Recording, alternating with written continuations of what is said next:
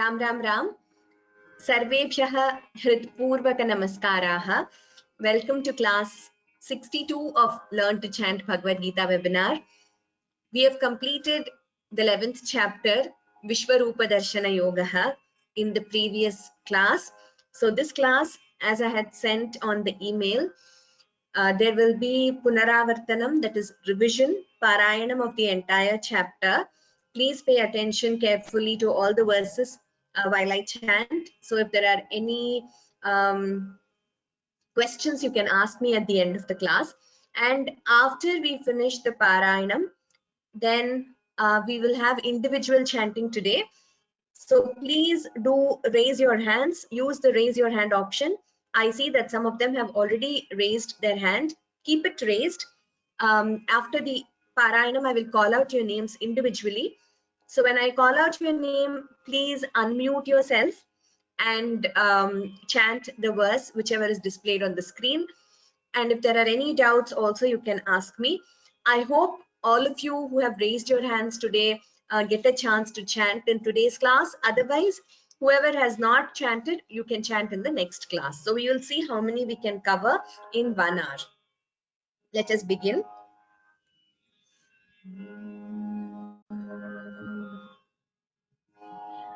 Gurureva gatirgurumeva bhaje Gurunaiva sahasmi namo gurave Na guroh paramam shishurasmi guroho Matirasti gurau mama pahi guro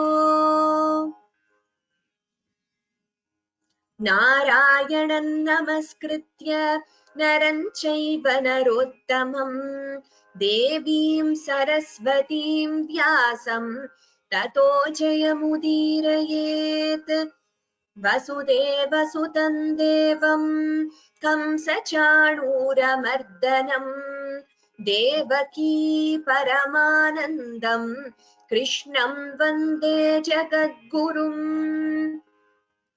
Parthaya pratibodhitam bhagavata Narayanena swayam Vyasena grachitam purana munina Madhye mahabharatam Advaitamritavarshinim bhagavatim Ashtadashadhyayinim Ambatvam anusandadhami Bhagavad Gite Bhavadveshinim Namostute Vyasa Vishala Buddhe Pullaravindaya Tapatra Netra Yena Tvaya Bharata Taila Purnaha Prajvalito Jnanamaya Pradipaha Mukam Karoti Vachalam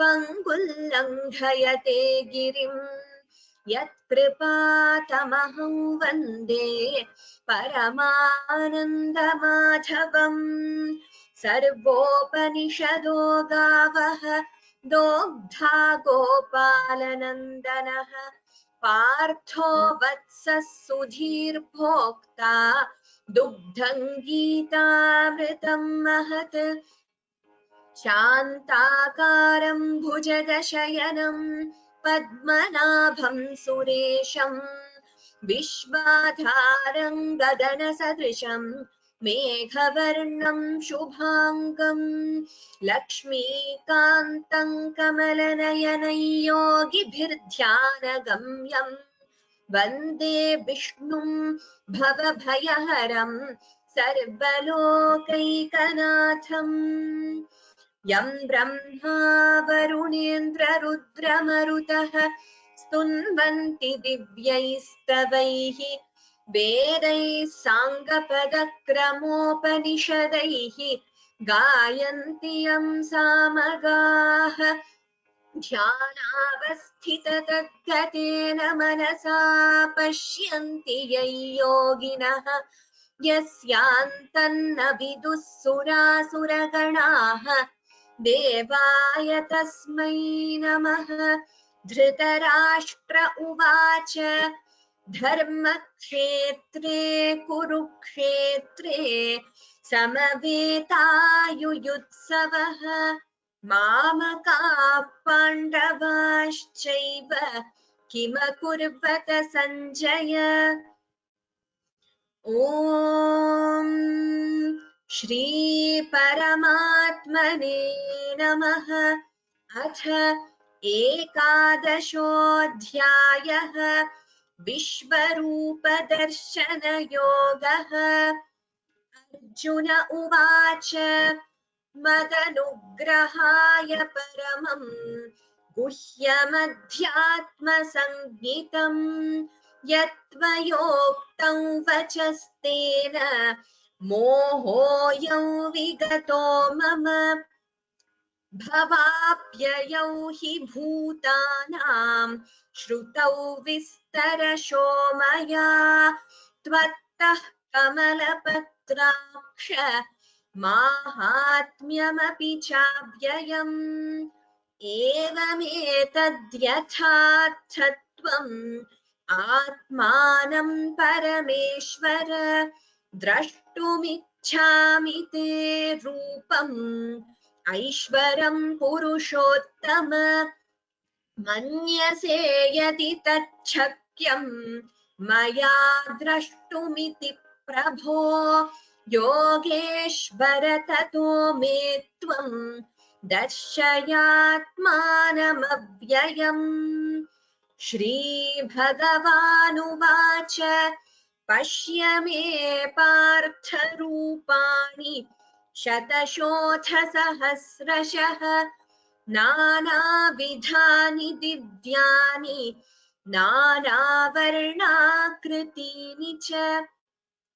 पश्यादित्यान् वसून् रुद्रान् अश्विनौ मरुतस्तथा बहून्यदृष्टपूर्वाणि पश्याश्चर्याणि भारत। इहैकस्थं जगत्कृत्स्नं पश्याद्य सचराचरम् मम देहे गुडाकेश यच्चान्यद्द्रष्टुमिच्छसि न तु मां शक्यसे द्रष्टुमनेनैव स्वचक्षुषा दिव्यं ददामि ते चक्षुः पश्य मे योगमैश्वरम्।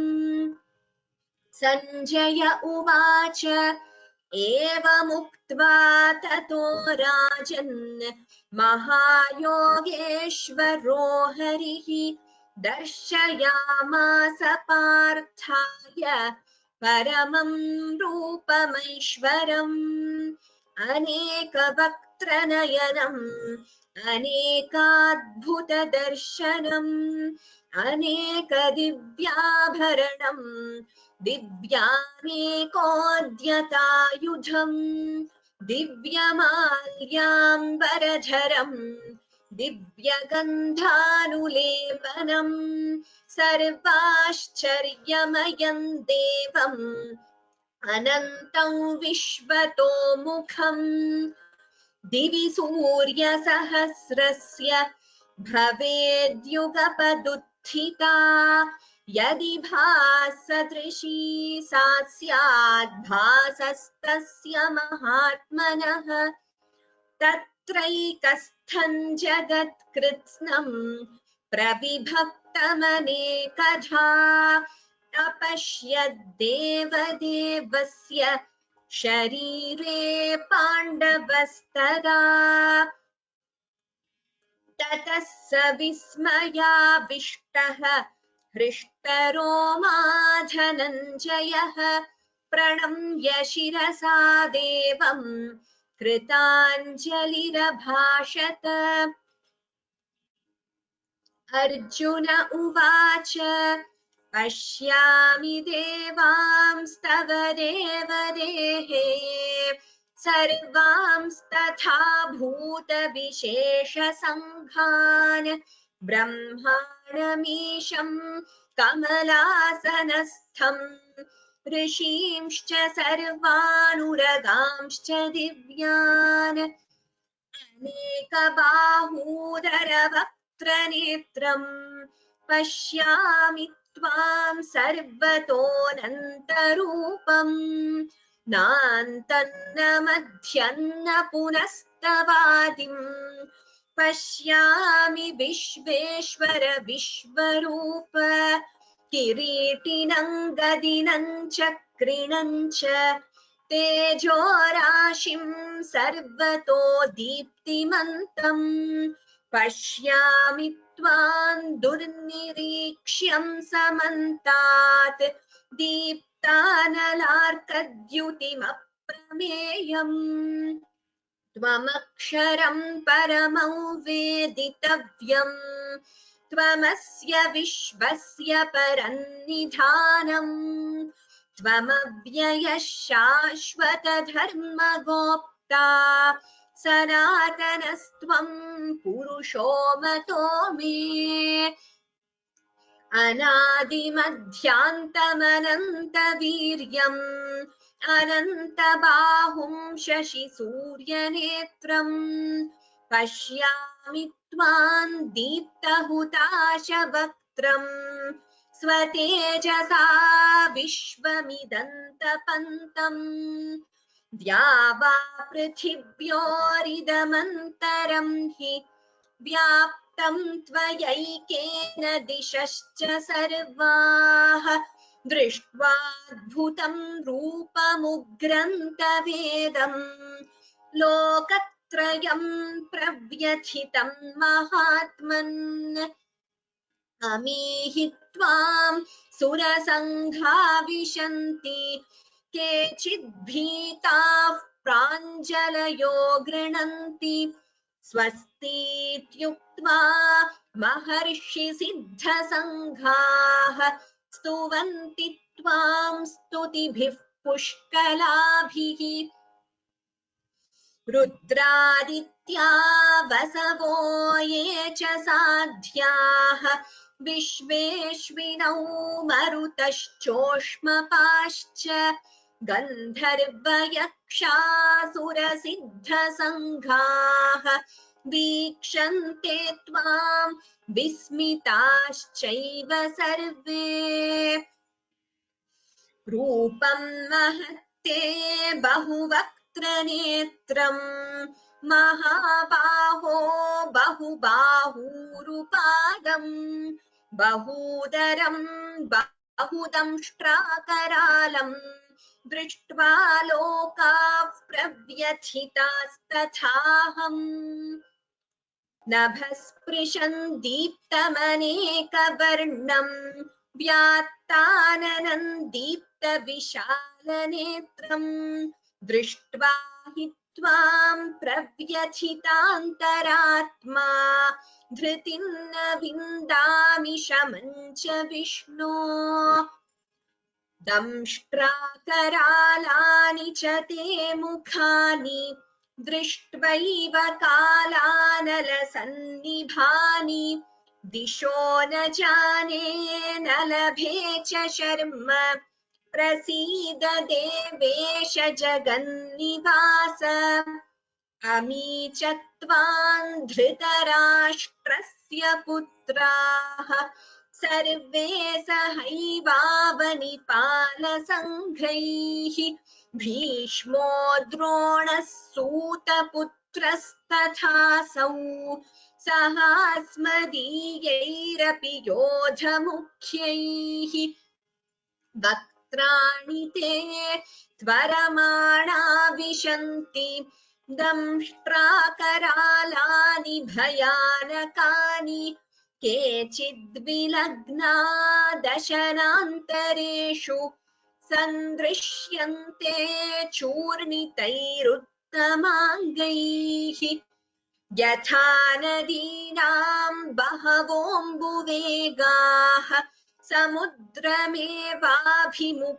द्रवन्ति तथा तवामी नरलोकवीराः विशन्ति वक्त्राण्यभिविज्वलन्ति यथा प्रदीप्तं ज्वलनं पतङ्गाः विशन्ति नाशाय समृद्धवेगाः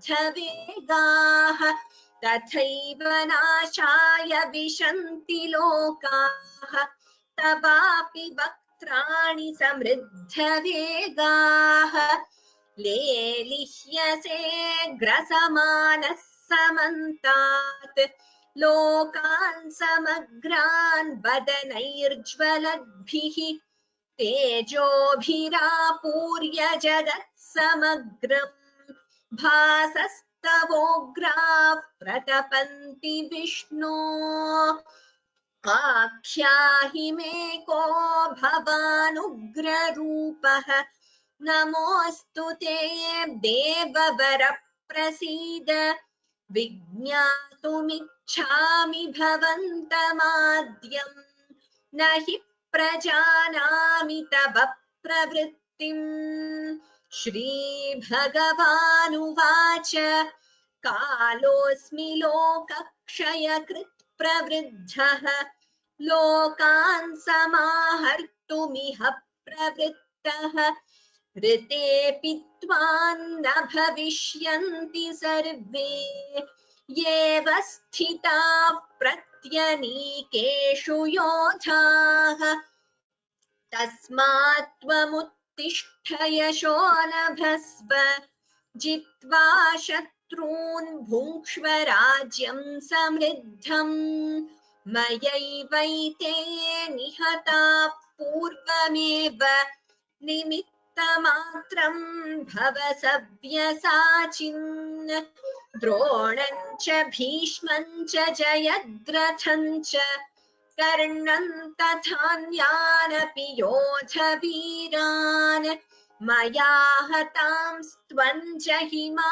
व्यथिष्ठाः युध्यस्व जेतासि रणे सपत्नान् सञ्जय उवाच एतत् श्रुत्वा वचनं केशवस्य कृताञ्जलिर्वेपमानः किरीटी नमस्कृत्वा भूय एवाह कृष्णं स गद्गदं भीतः प्रणम्य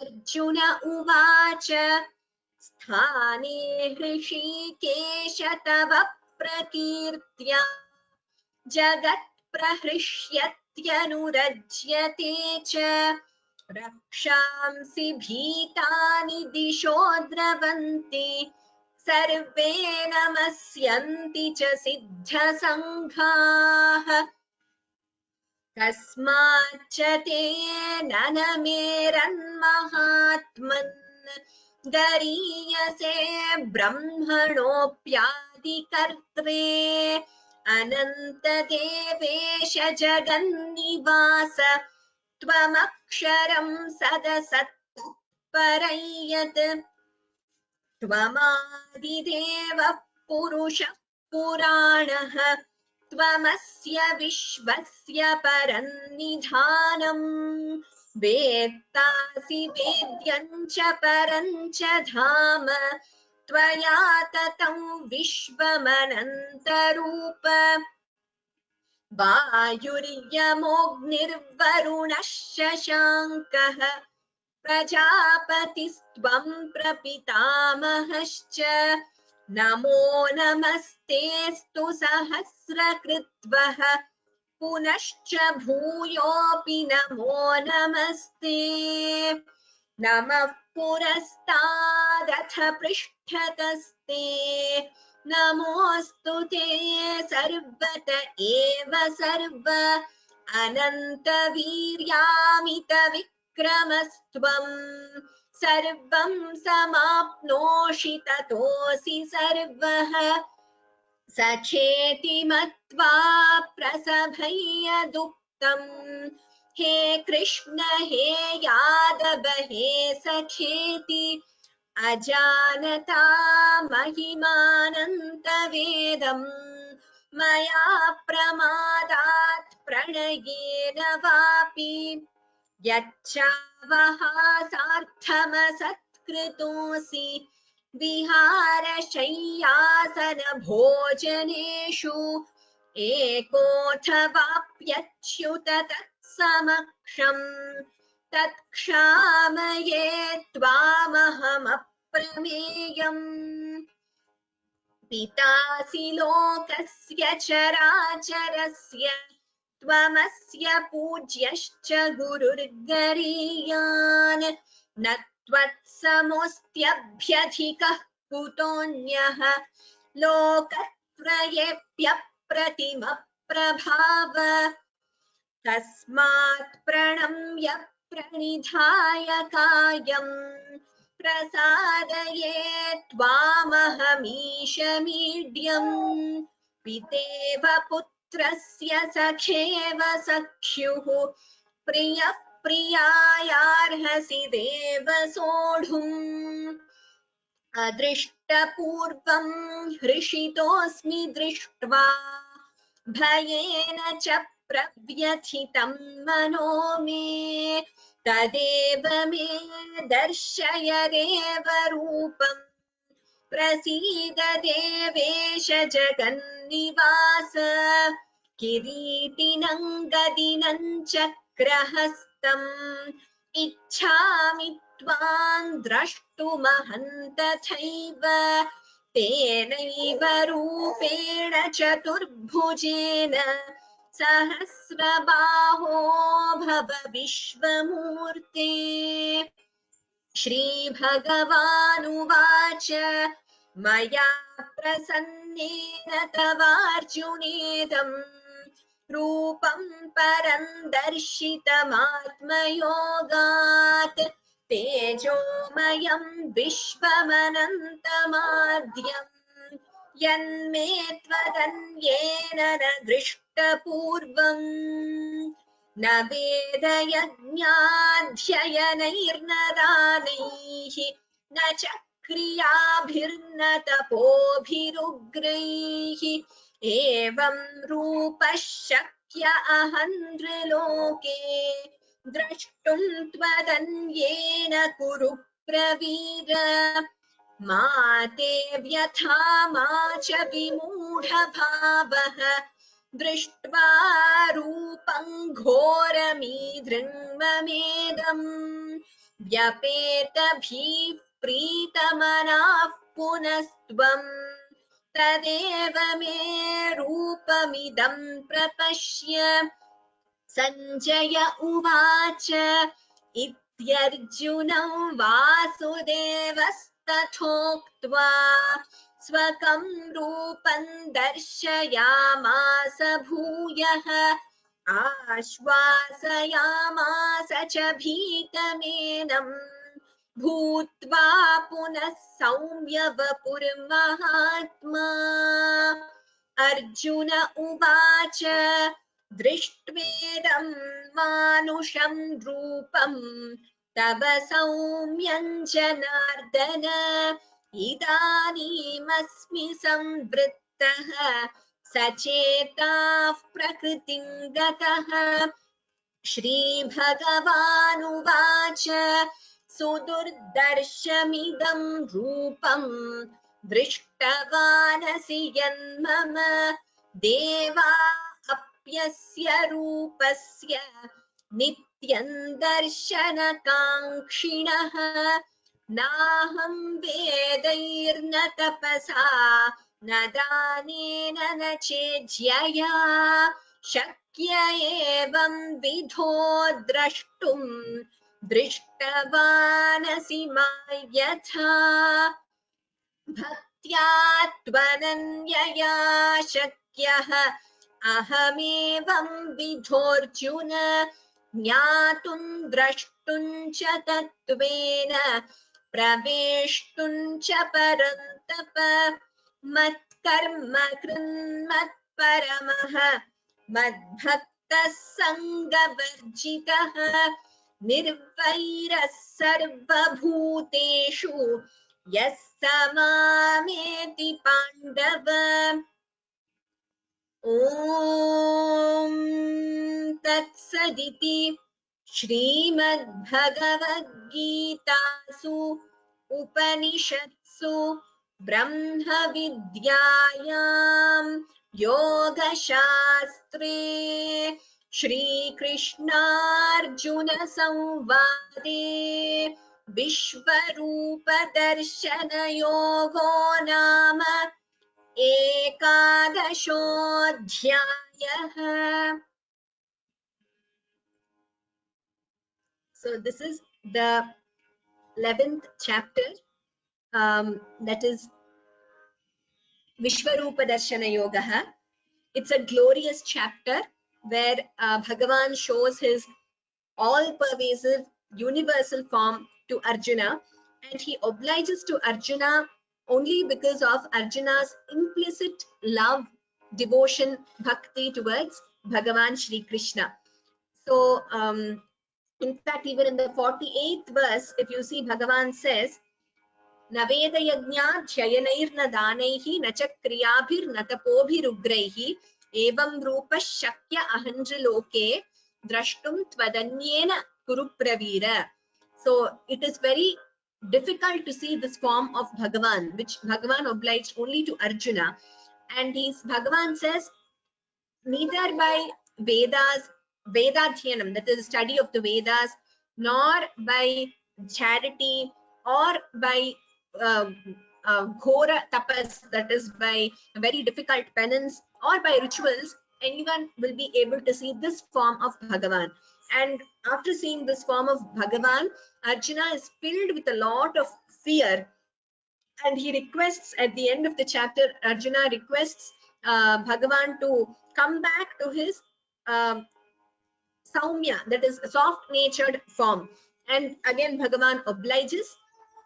And at the end of the chapter, if you see, Bhagavan is speaking about the importance of bhakti. So he says here, Naham vedair na tapasa na danena na chejyaya shakya evam vidho drashtum drishtavanasi mayatha. So neither by Vedas, nor by penance, nor by dana, that is charity, or by rituals, can one see the form of Bhagavan. But how can one see the form of Bhagavan then? So next verse, Bhagavan answers this. Bhaktya tu ananyaya shakyah. Ananyaya bhaktya tu shakyah. So it is possible only with ananyaya bhaktya, that is unflinching, unwavering, single-minded. Ananya means without the mind wavering anywhere else. So unflinching devotion, single-minded devotion with unwavering devotion, bhakti, aham evam vidhorjuna. So it is possible to see the form of Bhagavan only because of bhakti. Similarly, jnatum, to know Bhagavan, drashtum, to see, tatvena praveshtum, also to realize Bhagavan. It is possible only by bhakti.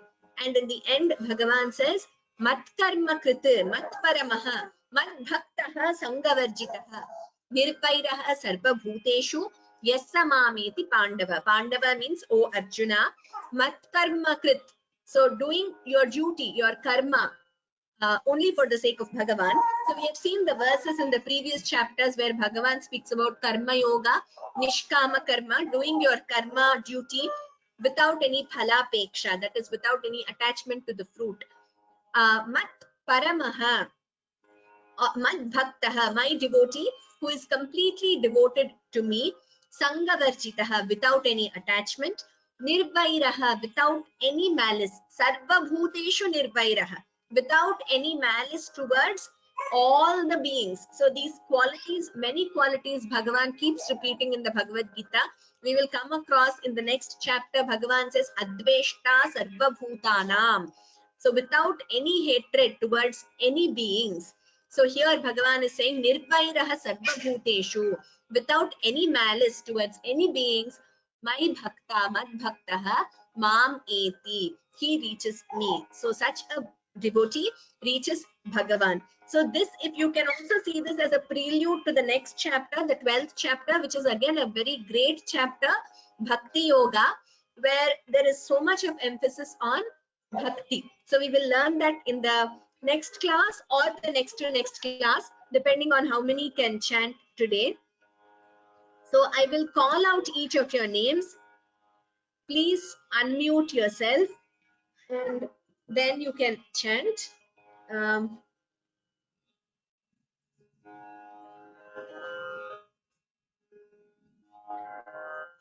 Darshravi Mahodaya, कृपया unmute करोतु.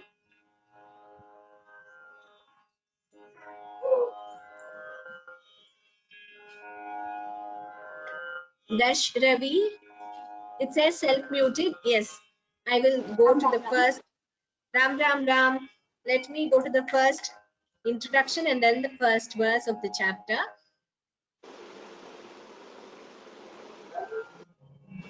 Yes, from here. ओम श्री परमात्मने नमः। अथ एकादशोऽध्यायः विश्वरूपदर्शनयोगः। Uttamam. This next verse also. Arjuna उवाच मदनुग्रहाय परमं गुह्यमध्यात्मसंयुतं यत्त्वयुक्तौ वचस्तेन मोहोऽयौ विगतो मम। Atyuttamam. Dhanyavadaha. Please start memorizing the verses. We will soon have a class on memorization also. Muthu Krishna Ramanujam Mahodaya, next one. All of you, as soon as I call out your name, please unmute so that we'll save some time and many more can chant. Namaste. Namaste Mahodaya. Bhavavyayau hi bhutanam Shrutau vistarasho maya Tvatta kamalapatraksha Mahatmyamapi chavyayam. Atyuttamam. Dhanyavadaha. Dhanyavadaha. Radha Ram Mohan Bhagini. Radha Bhagini, please. Yes. Namaste, madam. Namaste Bhagini. Evametadadhyatatha tvam atmanam. Evametadhyathatvam. Evametadhyatatvam atmanam parameshvara drashtumichhami te rupam aishwaram purushottama. Dhanyavadaha Bhagini. More emphasis on the Mahapranas, it will be even better chanting. Dhanyavadaha. Thank you. Umesha Anand Mahodaya. Next one. Umesha Anand Mahodaya. Yes. Sure.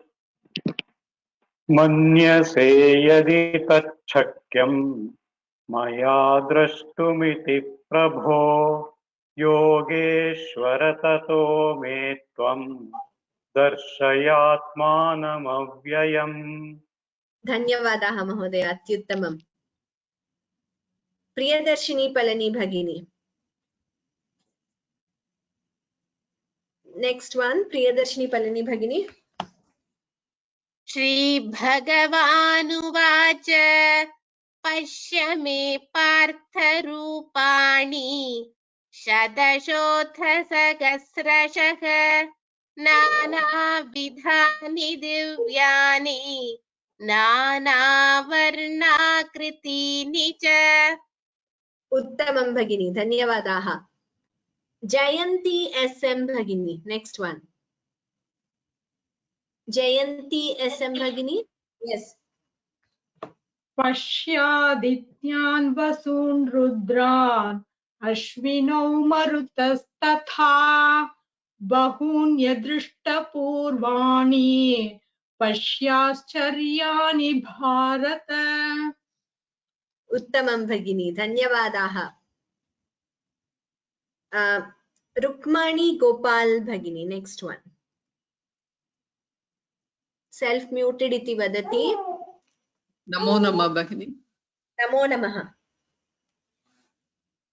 Ihaikastam jagat krishnam pashyadya sacharacharam मम देहे गुडाकेश यज्ञान् यद्द्रष्टुमिच्छसि Atra, it is not drushtum, drashtum ichhasi. This last word.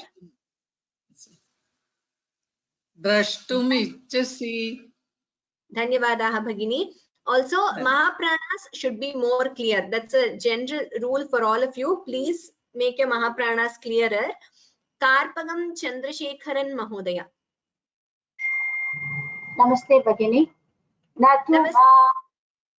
Natu mam shakyase drashtum anainaiva chakshusha divyam dadami te chakshuhu pashya me yogamaishwaram. This first line, could I hear again? Natu mam. Slowly. Natu mam shakyase drashtum anainaiva chakshusha divyam. I'm hearing it, just a second, sorry. I'm hearing it as drashtum anainaiva. It's not anainaiva. It is drashtum anainaiva. Ne is first, then it is nai. Can I tell one more?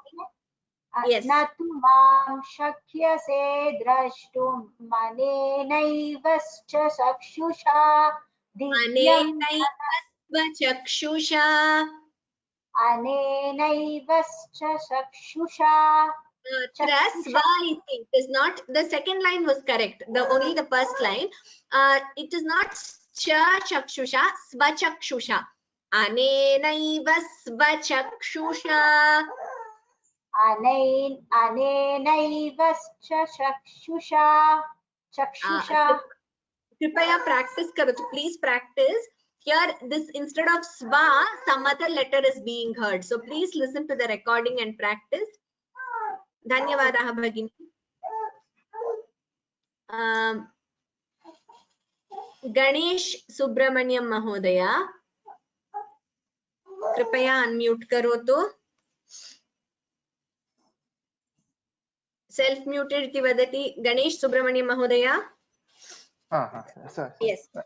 Namaste, Hari. Namaste, Hari. Sanjaya uvacha eva muktva tato rajan mahayogeshwaro. It's got changed. Sorry. Sorry. Sanjaya uvacha eva muktva tato rajan mahayogeshwaro harihi darshayamasa parthaya paramam rupamaishwaram. Uttamam Mahodaya. Dhanyavadaha. Surya Narayanan M. Mahodaya. Next one. Namaste.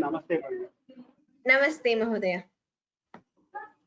Anekavakranayanayam Anekadbhuta darshanam Anekadivyabharanam Divyanekodhyatayudham. Yeah, again, could I hear the first line?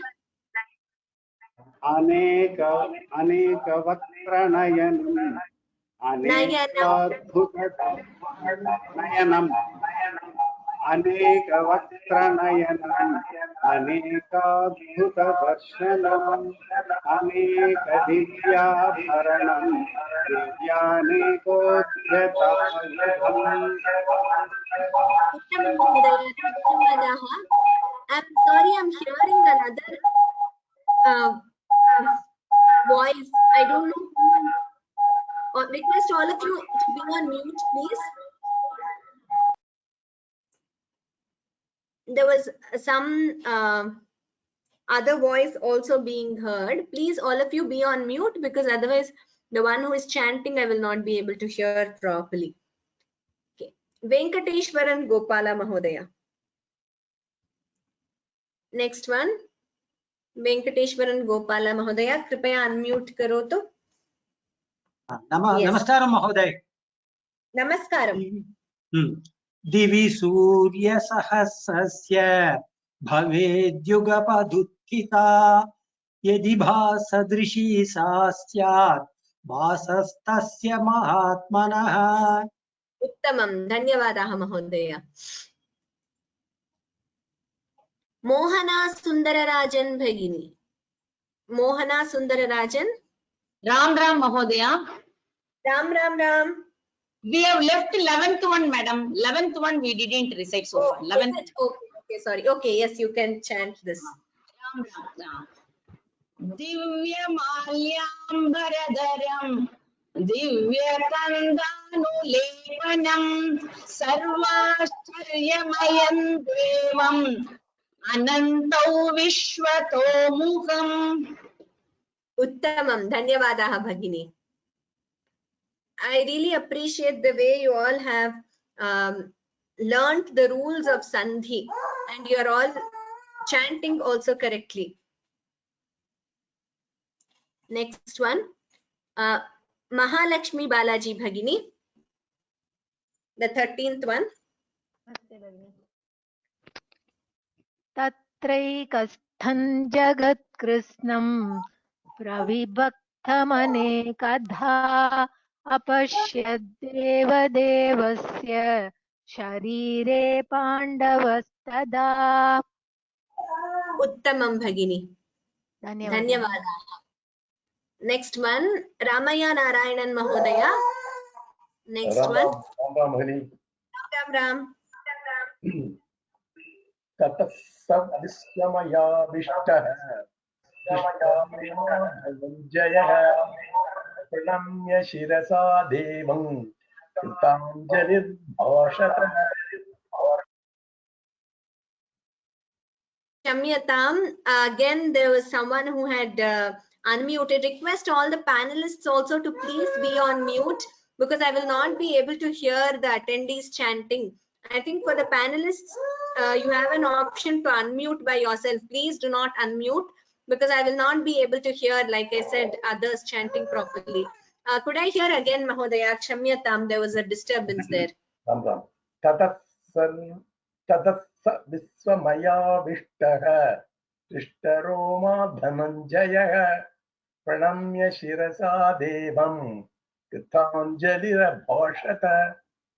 Atra dhanyavadaha. Here it is Vismaya Vishtaha. There was some difference there, the way you chanted. Tatassa Vismaya Vishtaha is the word. Tatassa Vismaya Vishtah Ishtaroma Dhananjaya Pranamya Shirasa Devam Kritanjalira Bhashata. Dhanyavadaha Mahodaya. It is Dhananjayaha. So please chant the Visarga also carefully. Next, Shivaranjini K. Bhagini, Shivaranjini Bhagini. Ram Ram Ram. Ram Ram Ram. Arjuna Uvacha Pashyami Devan Stava Devadehe Sarvans Tatha Bhuta Vishesha Sanghan Brahmanamisham Kamalasanastham Rishimsha Sarvanuragamscha Divyan. Dhanyavadaha Bhagini. Dhanyavadaha Uttamam. Aditya Mahodaya, next one. Aditya Mahodaya, कृपया unmute करो तो please unmute yourself. Namaste Bhagini, it's not Aditya, it's Sarita. Okay, Sarita Bhagini, please chant. Yeah. Aneka bahu daravaktra netram pashyami tvam sarvato nantarupam nanantanamat nantannamadhyanna punastavadim pashyami vishveshwara vishwarupa. Uttamam Bhagini. Dhanyavadaha. Next, Anuradha Bhagini. Next one. Ram Ram Madam. Ram Ram Ram. Kiritinam gadinam chakrinam cha tejo rashim sarvato deeptimantam पश्यामि त्वां दुर्निरीक्षं समन्ता दीप्तानलाकर्दद्युतिमप्रमेयम्. Yeah, here this durnirikshyam, the word should be clearer. Durnirikshyam, and the last line there was some variation. Deeptanalakardyutimaprameyam. दीप्तानलाकर्द्युतिमप्रमेयम्. Yes, Bhagini. Dhanyavadaha. Next, Anuradha Anisetti Bhagini. Namaste. Next one. Namaste. Tvamaksharam excuse me. Tvamaksharam paramam veditavyam. Tvamasya vishwasya param nidhanam. Tvamavyaya shashvata dharma gopta. Sanatanastvam purusho mato me.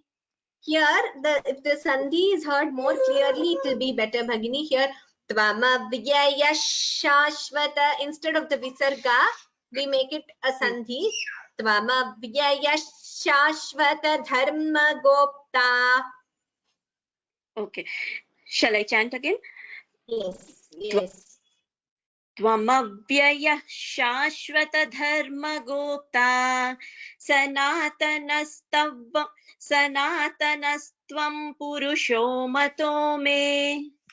Dhanyavadaha Bhagini.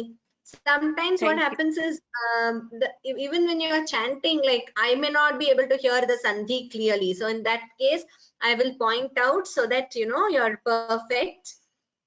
Avdesh Kumar Mahodaya, next one. Avdesh Kumar.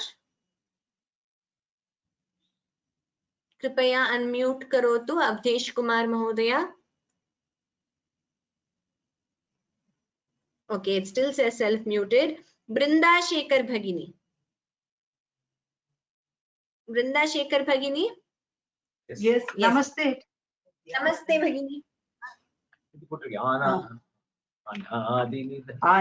अनादिमध्यान् तमनन्तवीर्यम् अनन्तबाहुं शशिसूर्यनेत्रम् पश्यामि त्वां दीप्तहुदाशवक्त्रम् स्वतेजसा विश्वमिदं तपन्तम्. Dhanyavadaha Bhagini. Just Uttamam, just one observation.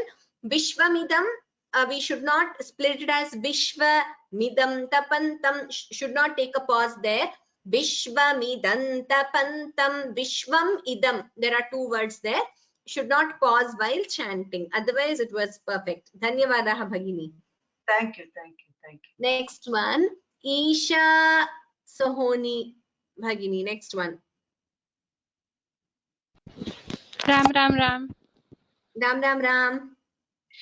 द्यावा पृथिव्योर्दमन्तरं हि व्याप्तं त्वयैकेन दिशश्च सर्वाः दृष्ट्वाद्भुतं रूपमग्रं तवेदं लोकत्रयं प्रव्यथितं महात्मन्.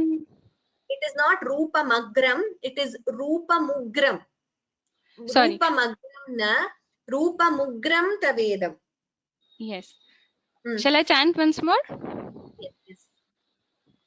द्यावा पृथिव्योर्दमन्तरं हि व्याप्तं त्वयैकेन दिशश्च सर्वाः दृष्ट्वाद्भुतं रूपमुग्रं तवेदं लोकत्रयं प्रव्यथितं महात्मन्. Dhanyavadaha Bhagini. Uttamam. Dhanyavad. Yeah. Kripaya mute karotu. Whoever has chanted, please mute. Sometimes if you lower your hand, I will not be able to see your name. So I may not be able to mute you from here. Then I'll have to check all the names once again. So please go into mute once you finish chanting. Next one. Indumati SN Bhagini. Next one.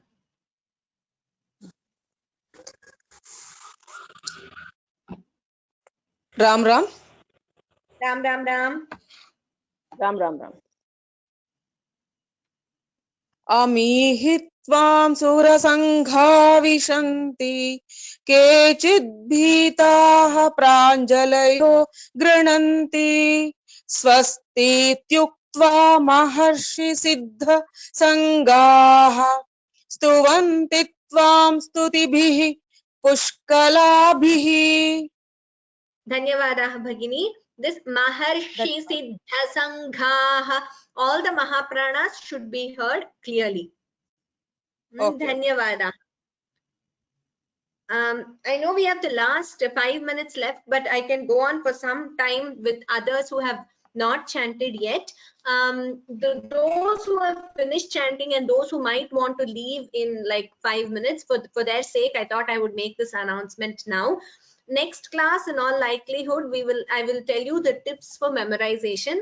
I will also send an email in this regard. And like I said, depending on how many are left today, if a lot of you are left who have not chanted and who want to chant, even in the next class, we can continue with the 11th chapter itself. And those who have not chanted today can chant in the next class. So we will continue now for a few more minutes with those who have not chanted yet. Next one, Indumati Narasimhan Bhagini.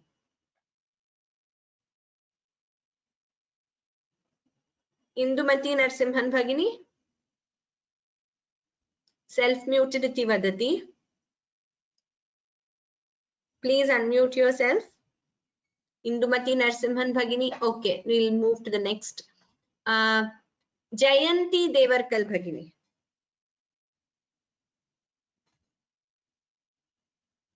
Please unmute. Yes. Yeah, Namaste Bhagini. Yeah. Namaste. रुद्रादित्या वसवो ये च साध्याः विश्वेश्विनौ मरुतश्चोष्मपाश्च गन्धर्वयक्षासुरसिद्धसङ्घाः वीक्षन्ते त्वां विस्मिताश्चैव सर्वे. Dhanyavadaha Bhagini. Uttamam. All of you have learned chanting the 4-line verses also well. I'm very happy. KV Chandrasekharan Mahodaya. Next one. KV Chandrasekharan Mahodaya. Yes. Rupam Mahatte Bahuvakranetram Mahabaho Bahubahu Rupatam Bahubahu Rupadam Bahubarupatam Bahutaram Bahudam Strakaralam Drishta Lokha Pravyadithat Sadaham. Dhanyavadaha Mahodaya. The last line, it should be clearer, the Mahapranas. Drishtva loka pravyathitas tathaham. It will come by practice as there are multiple Mahapranas in that line.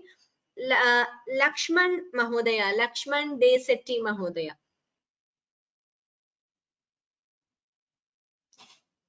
Namaskaram Amma. Namaskaram. Nabhasprusham deeptamanekavarnam vyattananam deeptavishalanetram drishtva hitvam pravyathitantaratma dhrutinna vindami shamam cha Vishnu. Uttamam. Dhanyavadaha Mahodaya. Mark Anthony Mahodaya. Next one, please. Namaste. Namaste. Damshtrakaralani chate mukhani drishtva kalanalasanibhani disho na jane nalabhe cha sharma prasida devesha jagannivasa. Atyuttamam Mahodaya. Really very happy.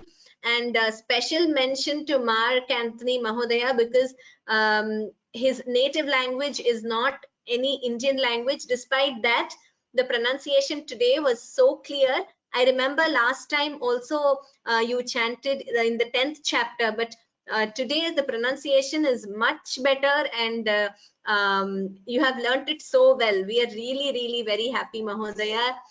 Great appreciation for you. Thank you very much. Thank you. So all of us should be inspired to learn and to memorize also. So let us continue this. Next, Manju Balaji Mahodaya. Manju Balaji Mahodaya. Ram Bhagini. Ram Bhagini. Ami chatvam dhritarashtrasya putraha sarve sahaivavanipala sanghaihi Bhishmo Dronas Suta Putrastatthasau Sahasmadiyayrapi Yodha Mukhyaihi. Uttamam Bhagini. Dhanyavadaha. Meenakshi Mahodaya. Meenakshi Namaskaraha. Namaskaraha. Anichatvam dhritarashtrasya putraha sarve sahaivavanipala sanghaihi Bhishmo Dronas Suta Putrastatthasau Sahasmadiyayrapi Yodha Mukhyaihi. Dhanyavadaha. Dhanyavadaha Bhagini. Next, Meera Gurumurthy Mahodaya. Next one. कृपया unmute करो तो yes Meera Gurumurthy. Ram भगिनी. राम. वक्त्राणि ते त्वमारमाणा विशन्ति. Paramana Vishanti. Sorry, I cannot hear. Yeah, Tvaramana. Can you hear me? वक्त्राणि ते त्वरमाणा विशन्ति.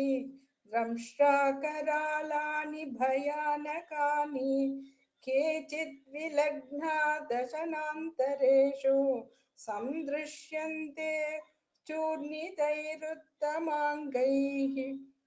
Dhanyavadaha Bhagini. Uttamam. Next, Mohanavalambe Bhagini. Next one. Namaskara Bhagini. Yatha nadinam bahavom buvegaha samudrame bhavimukhadраvanti tatha tavami naralokaviraha vishanti vaktranyabhivijvalanti. Dhanyavadaha Bhagini. Uttamam. It's really very great, and it's a huge I mean, I'm very happy to see that all of you have learned the 4-line verses also well. Next, Padma Narayan Bhagini. Yatha pradiptam jwalanam patanga vishgaha vishanti nashaya samudhya vegaha tathaiva samruddha vegaha tathaiva nashaya vishanti lokaha tavapi vaktrani samudhya vegaha. Dhanyavadaha Bhagini. This is the Samriddha word both times. It was a little unclear, so please pay attention to that. Next, Padma Partha Sarathi Bhagini. Next one.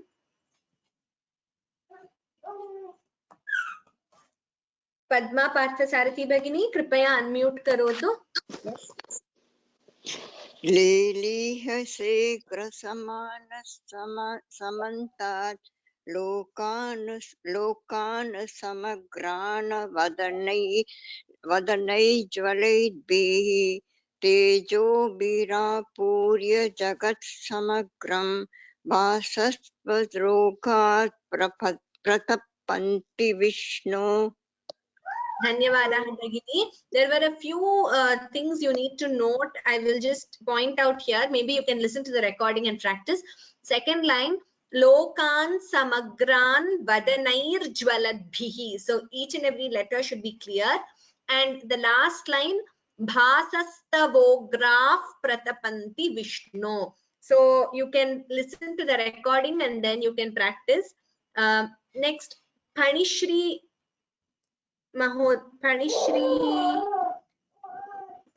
Bhagini, कृपया unmute करोतु. Ram Ram Ram. Yes. Ram Ram. आख्याहिनीको भवानुग्ररूपः नमोऽस्तु ते देववरप्रसीद. विज्ञातुमिच्छामि भवन्तमाद्यं न हि प्रजानामि तव प्रवृत्तिम्. धन्यवादाः भगिनी. उत्तमम्.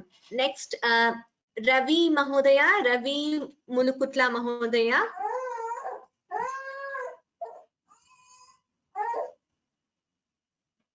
कृपया unmute करोतु. Please unmute. Namaste. Yes. Namaste.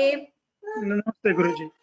Sri Bhagavanu Uvacha Kaloksmi Lokakshaya Krut Pravurdho Lokan Samahartumiha Pravurtaha Rute Pitva Na Bhavishyanti Sarve Yovastita Pratyanikeshu Yodhaha. There are a few changes in all the lines almost. So I will chant once. Maybe you can listen to the recording and practice. Shri Bhagavanu Vacha Kalosmi Lokakshaya Krit Pravriddhaha Lokan Samahartumiha Pravrittaha Rite Pitvan Na Bhavishyanti Sarve Yeva Sthita Pratyanikeshu Yodhaha. Thank you. Thank you, Guruji. Then please listen to the recording and practice. It will definitely, you will be able to chant once you practice. Sarkrish Mahodaya. Please unmute. Sarkrish.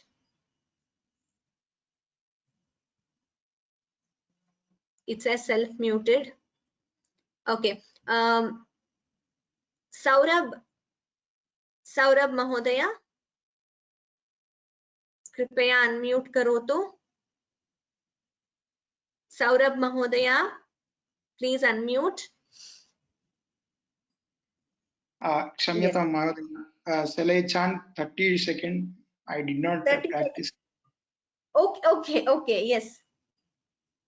Shri Bhagavanuvacha Kalosmi Lokakshaya Krit Pravruddhaha Lokan Samahartumiha Pravrittaha Rute Pitvam Na Bhavishyanti Sarve Eva Sthita Pratyanikeshu Yodhaha. Uttamam Mahodaya. Dhanyavadaha. Next, Sridhar Mahodaya. Sridhar Mahodaya, next one. Tasmatvam Uttishta. Please unmute. Sridhar Mahodaya. Yes. Namaste, Guru Maharaj. Namaste. Namaste.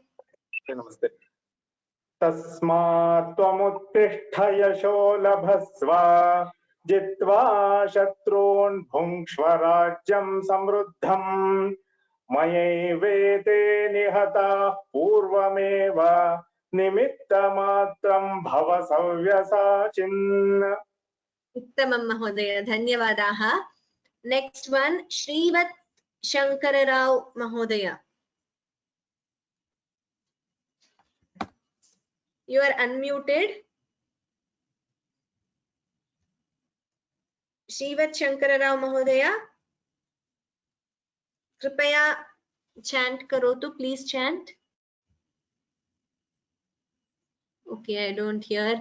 Shyamala Kumar. Shyamala Kumar Bhagini.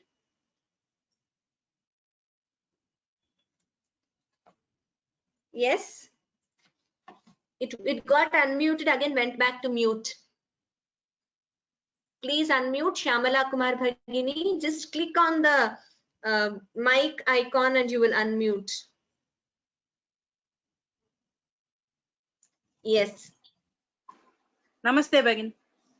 Namaste Bhagini. द्रोणं च भीष्मं च जयद्रथं च कर्णं तदान्यानपि योधवीरान् मया हदांस्त्वं जहिमा व्यधिष्ठाः युधस्व योदासि युध्यस्व युध्यस्व योदासि रणे समन् युधस्व जेदासि रणे सपत्नान् धन्यवादाः जेतासि रणे सपत्नान्. It is not yudhasva, it is yudhyasva. Okay. युध्यस्व जेतासि रणे सपत्नान्. Dhanyawadaha Bhagini. Please listen to the recording. Everywhere in all the lines, the Mahapranas should be heard, Bhagini. So that you should make it clearer. Next, Upendar Hasya Mahodaya. Next one, please unmute. Ram Ram Manye. Ram Ram Mahodaya. Sanjaya Uvacha Etat Srutva Vachanam Keshvasya Krutanjalira Vepanaha Vepamanaha Shabyatam Krutanjalir Vepamana Kiriti Namaskritva Bhuja Evaha Krishnam Sagadgadam Bita Bita Pranamya. Dhanyawadaha Mahodaya. The second line, you are chanting each letter correctly, but just that it should be chanted together. So with practice, you will get it. Kritanjalir Vepamanaha. Till there, we don't split. We chant the entire word together. Kritanjalir Vepamanah Kiriti. So individual letters you chanted. If you can chant the entire word together, that would be correct. Dhanyawadaha Mahodaya. I'll try. Thank you. Thank you. No problem at all. So all of you can start reading, and then slowly you can start combining and chanting together. So if you go on listening to the recording, it becomes much easier for you because you'll be familiar with the words. Next, we have Venkata Subramanian Mahodaya. Kripaya unmute karotu. Ram Ram Madam. Arjuna Uvacha Sthane Rishikesha Tava Prakirtaya Jagat Prahurshatyanu Rajyate Cha Rakshamsi Bhitani Disho Dravanti Sarve Namasyanti Cha Siddha Sangaha. Yeah, here first line Tava Prakirtya. It is not Kirtaya, it is Prakirtya. The second line is Jagat Prahrishyatyanu Rajyate Cha. Lots of combined letters. So please pay attention to that. Yes, thank you. Dhanyawadaha. I think almost all of you who wanted to chant have chanted. If there is anyone who hasn't chanted, can you?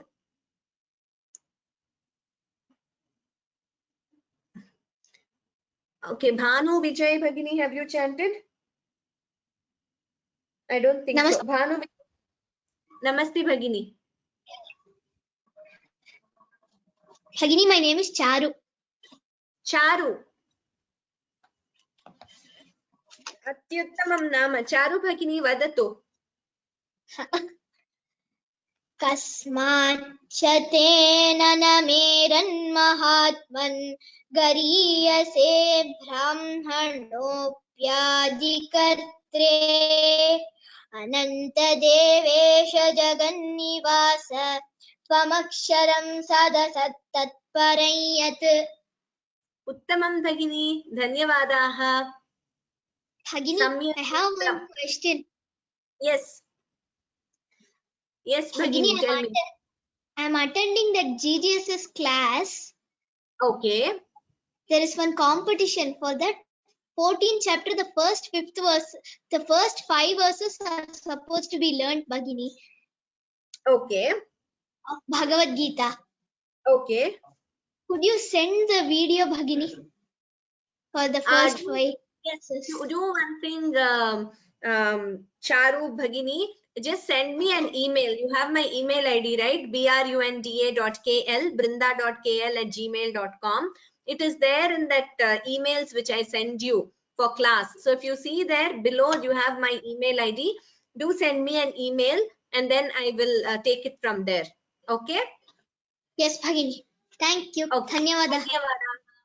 Okay, I'm just trying to see if there's anyone else who's left out. Almost all of you have chanted, I think. Let me see. Usha Vishwanathan Bhagini. Next one. Usha Vishwanathan Bhagini. Kripaya chant karo to, you're unmuted. Okay. Anita Parthasarathi Bhagini. Ram Ram Ram. Ram Ram Ram. त्वमादिदेवः पुरुषः पुराणः त्वमस्य विश्वस्य परन्निधानम् वेत्तासि वेद्यं च परं च धाम त्वया ततं विश्वमनन्तरूप. उत्तमं भगिनी, धन्यवादाः. अवधेश कुमार महोदय. Avdesh Kumar Mahodaya, next one. Namaste Bhagini. Namaste. वायुर्यमोऽग्निर्वरुणः शशाङ्कः प्रजापतिस्त्वं प्रपितामहश्च नमो नमस्तेऽस्तु सहस्रकृत्वः पुनश्च भूयोऽपि नमो नमस्ते. Dhanyavadaha Mahodaya. The first word should be clearer. It is Vayuryamognihi. It was heard as something different. So please pay attention to that. Vayuryamognihi Varuna Shashankaha. So I hope that's clear.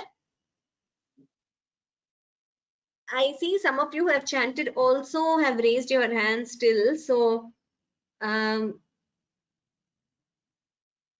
okay, Shrivat Shankara Rao Mahodaya. Let me try to find where your name is.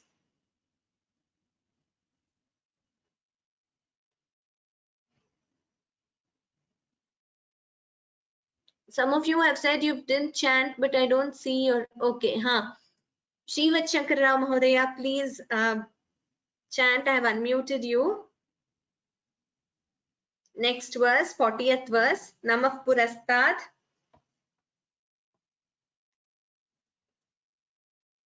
I can't hear you, Mahodaya.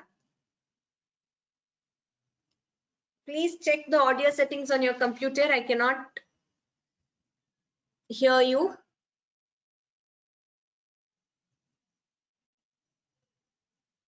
I can't hear you, Mahodaya. Kshamyatam. I cannot hear.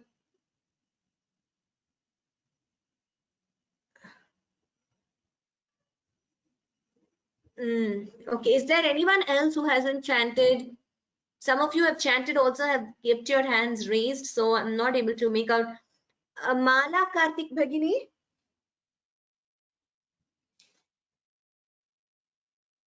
Mala Karthik Bhagini, are you still here? Please unmute yourself. Self-muted, yes.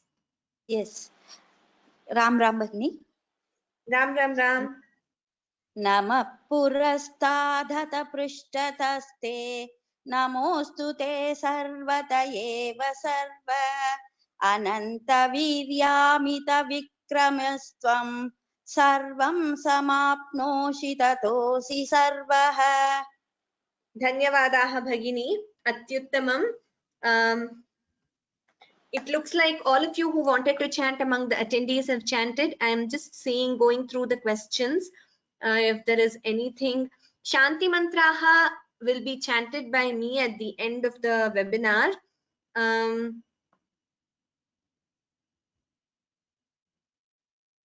Dhanyavadaha. Some of you have said that the rules of Sandhi, etc. have become clearer now. Yes, okay. So all of you who have also sent me the questions have chanted.